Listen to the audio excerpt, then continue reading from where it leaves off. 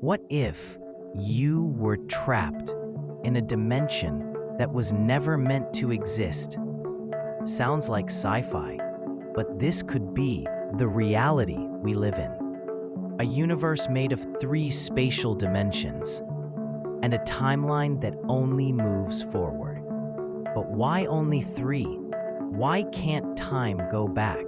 Why can't we see what might be right next to us, just in another direction? Our universe might just be a shell, a thin membrane floating in a much bigger space where other dimensions exist, untouched, like folded origami, like doors that were never meant to open. You don't see them because maybe you were never meant to. Modern science is starting to admit this. From string theory to the enigma of dark energy, there's growing evidence that we are surrounded by something invisible, indescribable, and possibly intelligent. Extra dimensions, parallel universes, civilizations living on another membrane, just millimeters away from you, but unreachable, like a fish in a tank that's never seen the ocean. In this video, we'll dive into the boldest and maybe most real ideas about the hidden dimensions of our reality. We'll talk about gravity, multiverses, shadow aliens, and what it all might mean for our existence. If you've ever felt that reality is just too strange to be all there is, this video is for you. Subscribe and turn on notifications, because YouTube only shows this kind of content to those who ask for more. We live in a universe with rules.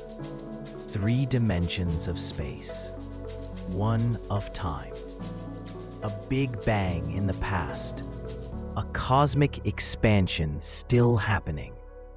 These ideas shape how we understand reality. But who said those are the only rules? Modern physics is beginning to embrace something that once sounded like heresy. The universe may have more dimensions than we can perceive. Real dimensions, hidden, curled in on themselves like cosmic origami. And why does that matter? Because those hidden dimensions might hold the key to some of the most puzzling mysteries in science. What is dark matter? Where does dark energy come from? Why is gravity so much weaker than the other forces? And are we really alone? Picture this. What if intelligent civilizations exist right now, living in parallel realities, not so different from ours, but separated by a dimensional layer we can't cross? They'd be just millimeters away, yet in a space we can't reach, not because we lack the tech, but because we're structurally confined. Now think about it. If those dimensions exist, what else could be inside them? This might sound like science fiction, but these ideas are taken seriously by scientists like Lisa Randall, Brian Greene, Jen 11, and many others. The concept that we live on a Brane, a 3-dimensional universe floating in a higher dimensional space, is a real model explored in string theory and Brane cosmology. And if it's true, reality is way stranger than we imagine. In this video, we'll dive deep into this idea. What are these extra dimensions? How do they work? Why can't we see them? And most importantly, what would happen if we could? So hit that like button, subscribe, and turn on notifications. YouTube only keeps showing you videos like this if you interact. And trust me, the craziest part is still ahead. By the way, have you ever stopped to wonder if everything you know as reality might be just one layer among many. Now, I want to hear from you. Do you think it's possible there are other dimensions with intelligent life? Or is this just too far out there? Drop your thoughts in the comments. Your opinion might shift someone else's entire view of the universe. We live in a prison, an invisible one, and the strangest part, it's made of space. 3 dimensions of space, 1 of time. That's what we're locked into, and without even realizing it, our entire universe is trapped within these unseen walls. But physics doesn't fully agree with that simplicity. To understand what might lie beyond, we need to start with a basic problem. Gravity is broken. Yes, that force that holds us to the ground doesn't make sense. Compared to the other fundamental forces, electromagnetism, the strong force, the weak force, gravity is absurdly weaker. We're talking about something like a trillion times weaker. That's insane. Think about this. You can use a fridge magnet to lift a paperclip off the table. That tiny magnet is overcoming the gravitational pull of the entire planet. That doesn't seem balanced, because it's not. Enter the first strange idea. What if gravity is leaking? Yes, what if gravity is the only force that can escape our dimension? What if it spreads into directions we can't even imagine? This is where the brain world concept comes in. Picture it like this. Our universe is a thin, 3-dimensional membrane, a brain, floating in a larger space called the bulk. Gravity, being different, spreads through the bulk, which makes it feel weaker inside our brain. This idea, as bizarre as it sounds, actually solves a number of mathematical problems. And even more, it fits within the framework of string theory. Now here's the kicker. String theory, one of the most promising candidates to unify physics, simply doesn't work with only 3 spatial dimensions. It needs at least 10. Some versions go as high as 11. So why do we only see 3? The answer might lie in the beginning of everything. At the Big Bang, all the dimensions may have existed, but not all expanded. Most curled up on themselves, like microscopic tubes, too small to detect. Only 3 stretched out. Why? One hypothesis: dimensional natural selection. Yes, an evolutionary process where certain directions of space expanded while others collapsed based on stability. The math shows that only 3 dimensions are stable enough for gravity to behave the way we know. Any more, and the universe collapses. Any fewer, and orbits don't even form. We live in the functional version of the universe, a precarious balance that happens to work, and that's why it's here. But that raises a more unsettling question. What if those other dimensions, other universes, still exist? Maybe they're right here, right now, invisible, overlapping with our space, but running under different rules, with their own civilizations. This is the idea behind the Brane multiverse, a collection of universes, each on its own membrane, floating nearby but isolated. Some with different physics, others with more or fewer dimensions. Now here's a real mind-bender. We can't see those universes, not because they're far, but because they're in a direction we can't turn. It's not up, not down, not sideways. It's like trying to turn into time. Our biology, our senses, our very logic are not built for it. But there might be a crack. Gravity. It may bleed across membranes. This was suggested to explain why gravity is so weak, and if it's true, it might be possible to create a gravitational communicator, a device that sends gravitational waves into the bulk, hoping someone or something on the other side is listening. Sounds like sci-fi? Totally, but it's based on real physics. And what if contact already happened? What if strange signals, unexplained cosmic anomalies, even the patterns in dark energy are echoes from another dimension trying to communicate? This possibility redefines our place in the cosmos, from being at the center to being just one node among billions of possible worlds. But the most disturbing part is still ahead. Now imagine you're looking at a sheet of paper. A two-dimensional being lives there, stuck to the surface. For that being, up and down don't exist. It can only move left, right, forward, and back. Now imagine you poke your finger through that sheet.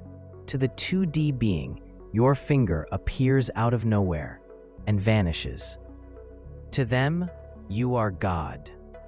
Now, what if our reality is that sheet?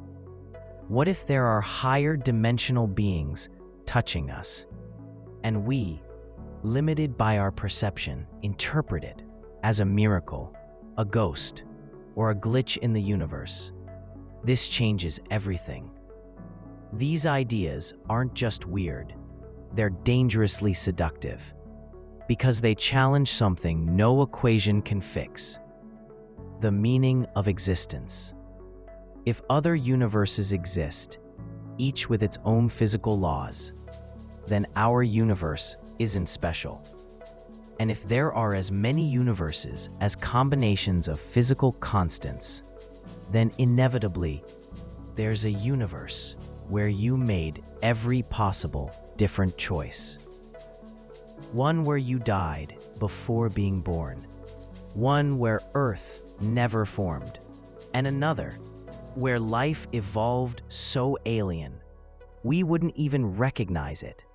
It means you are not the center of anything, but paradoxically, you are unique.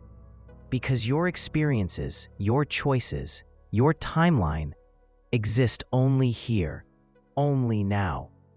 That in itself is a statistical miracle. But what if these realities can interact? Now we're in even stranger territory: quantum interference between brains. Some physicists suggest that unexplained phenomena, like particles randomly popping in and out of existence, quantum tunneling, or entanglement, could be signs of interactions between parallel realities. What if electrons are jumping across realities? What if quantum entanglement, this bizarre phenomenon where two particles seem to communicate instantly across space, is an echo of a connection between brains? Quantum physics still isn't fully understood. There are serious interpretations, like the many worlds theory, that suggest every decision splits the universe. And what if that's not just a metaphor? What if multiverses are real and quantum branching literally creates new realities with every choice? That leads to a chilling conclusion. We might just be one branch of a universal experiment, one echo among trillions, a spark in an infinite web of possibilities. So then, who's watching? Does consciousness play a role? Some physicists argue that observation collapses quantum probabilities. That idea sparked a bold hypothesis. What if consciousness is the key to navigating dimensions? We're not talking about opening portals like in sci-fi, but something subtler, a link between mind, information, and the very structure of reality. Maybe consciousness isn't just a side effect of brains. Maybe it's a fundamental ingredient of the universe, like time, like space. If that's true, then your perception, your awareness, your attention might be shaping reality, locking it into the 3 dimensions you're used to. And maybe awakening is the only way to break the prison. Some ancient traditions describe this with poetic metaphors: the veil of illusion, the dream world, the hidden reality. What if these are early attempts to describe, in ancient terms, what physics is just now exploring? Civilizations might have evolved with technologies built on other dimensions. They could exist layered over ours, completely invisible. They could live in energy states that don't interact with light, like dark matter, which makes up over 80% of the universe. Let that sink in. There's more dark matter than all visible matter in the cosmos. Galaxies spin too fast. Stars move in odd patterns, all because of an invisible presence. What if it's not matter? What if it's, or worse, vast alien civilizations, as massive as galactic superclusters, drifting through invisible realms? They're here, now, and you're inside their domain, completely unaware. This isn't just speculation. It's one of the few hypotheses that might explain why we've never seen aliens, despite the trillions of stars. Fermi's paradox asks, if the universe is so big, where is everybody? The most chilling answer might be, they're already here, just in another layer of reality. And maybe they don't even know we exist. Or worse, they do, and they don't care. Have you ever felt like the world isn't entirely real? Like there's a thin veil between you and the truth. Like everything is happening on a stage, and you're in the play, but no one gave you the script. That feeling, unsettling as it is, might not be wrong. It could be instinct. It could be your consciousness sensing the cracks in what we call reality. Now, hold on to this idea. What if space-time is just a useful illusion, a functional model, not to explain everything, but to help you survive? This isn't just philosophy. It's a scientific hypothesis explored by researchers like Donald Hoffman. He suggests that what we perceive as reality is just a user interface, like a computer desktop. You don't see the code. You see icons, folders, a cursor. But that's just a shortcut for complexity your brain couldn't handle directly. Maybe time is a shortcut. Maybe space is too. And matter is an emergent illusion. If that's true, then what we call reality is a projection. But projected by what? That sounds mystical, but let's stay grounded. Modern physics is already working with the concept of holographic reality. The holographic principle, for instance, suggests that everything happening in our 3-dimensional universe could actually be encoded on a 2-dimensional surface at the edge of the cosmos, like a cosmic hard drive, like a simulation. And this isn't just math, it's backed by black hole physics, where information doesn't seem to vanish, but rather gets preserved on the surface, like data in a zipped file. Our universe might work the same way, and that implies something unsettling. We're not the center of reality, we're the compressed version of it. So, who compressed it? Here we return to the most controversial idea, the simulation theory. Nick Bostrom, a philosopher at Oxford, proposed one of the most viral ideas of our time. Either civilizations don't survive long enough to simulate minds, or they do and create countless simulations, or we're already inside one. If that sounds crazy, consider our own technology. Just 50 years ago, Pong was the cutting edge of simulation. Now we have virtual worlds with physics, shadows, autonomous behaviors, and we're just getting started. What's stopping a civilization billions of years ahead of us from creating simulated universes filled with billions of conscious beings who don't even know they're inside? And why would they do it? Why do we simulate? To test, to explore, to play. Maybe we're just one sim out of trillions, an experiment to see how life evolves with limited dimensions, with linear time, with inevitable death. But what if that's not all? What if this simulation is a school, an artificial environment created not for fun, but for growth, a challenge, a test to expand awareness, like a cosmic game where you have to wake up to level up? That idea isn't just physics. It echoes ancient philosophies and spiritual traditions.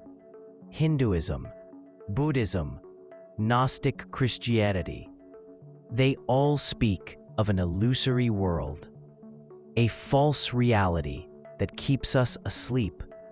What if all those traditions were trying with ancient language to describe what physics is just beginning to touch? But if we live in a simulation or in a limited brain, why do we feel free? That's the core. Free will might be the one element no system can predict. The sacred glitch, the divine spark, the anomaly in the code. Quantum physics shows that some decisions occur through the collapse of probabilities, and that consciousness may influence that collapse, which means your choice, your attention, your intention might alter the state of the universe. Maybe you're not just a piece of the simulation. Maybe you're one of the rare few who can recode it from within. Now, think, what if that ability is rare? What if only certain minds, those who become self-aware, can break through the layers? That's a powerful idea. It turns the search for meaning into a mission. You're not here by accident. You're here because something in you wants to wake up. And waking up isn't just knowing more. It's seeing differently. It's realizing that space might be a shell, that time might be a trick, that the universe might be an illusion. But your consciousness is real. You are the observer. And the observer has power. Now imagine the universe as a quantum mirror. It doesn't reflect what you want. It reflects what you believe. Dimensions, simulations, brains, black holes, they're just the stage. The real story is about you, about how you choose to exist inside all of this. Maybe aliens haven't contacted us because we're still larvae, unawakened minds. Maybe contact doesn't happen through radio, but through frequency, through alignment of consciousness. If that's true, then humanity's future doesn't depend on technology, but on awareness. And that's why this topic matters, because it's not about science, it's about you. But if all of this is true, if other dimensions exist, if we're living in a simulation, if our consciousness shapes reality, then the next question becomes unavoidable. Who or what is behind all of this? We're not talking about a programmer at a keyboard or a god on a throne. We're talking about intention. Is there a pattern behind creation?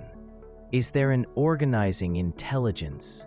Or is this all chaos wearing the mask of order?